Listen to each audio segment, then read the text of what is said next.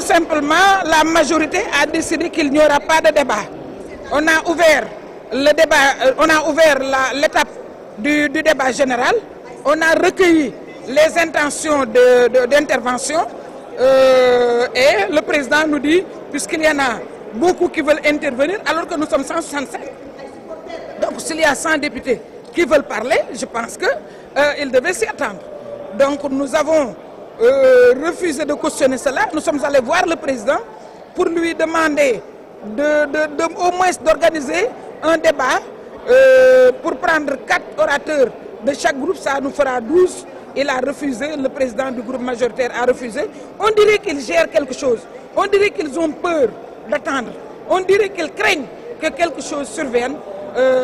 Donc voilà ce qui s'est passé. À quoi est-ce qu'on peut s'attendre maintenant, la suite du combat? Ça, ce n'est que le début du combat. La journée d'aujourd'hui, là, ce qui s'est passé à l'extérieur, c'est-à-dire dans les rues avec le peuple, ce n'est que le début. Mais que vous savez très bien que le peuple saura prendre ses responsabilités par rapport à tout ce qui s'est passé. Une majorité qui fait ce qu'il veut, mécanique, électronique, qui fait ce qu'elle veut et qui fait du forcing.